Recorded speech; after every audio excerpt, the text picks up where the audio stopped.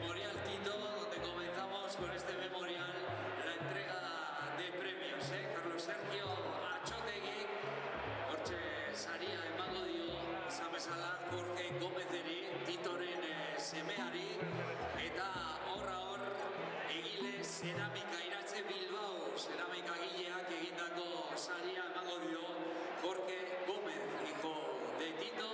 Hace entrega de ese premio Carlos Sergio Atxotegui, Txalo Zaparra da berarentzako.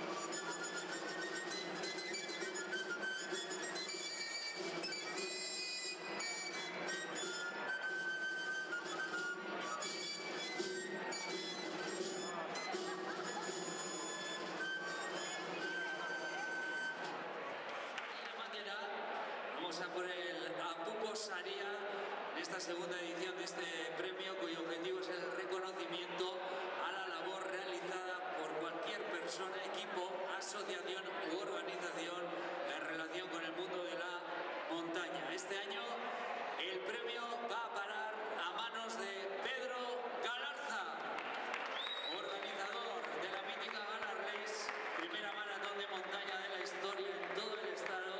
Y también reconocemos esa trayectoria de Pedro como deportista, donde ha llegado a correr la maratón de Nueva York en 2 horas 28 minutos y a finalizar un Ironman y a completar con 50 años 26 maratones del calendario español, nada más y nada menos. Hortxe, Pedro Galarzarentzat saria, egile zeramika iratze Bilbao, zeramika gilearen sari politori. Hori izan da ortengo Apuco Saria, Pedro Galarzarentzat.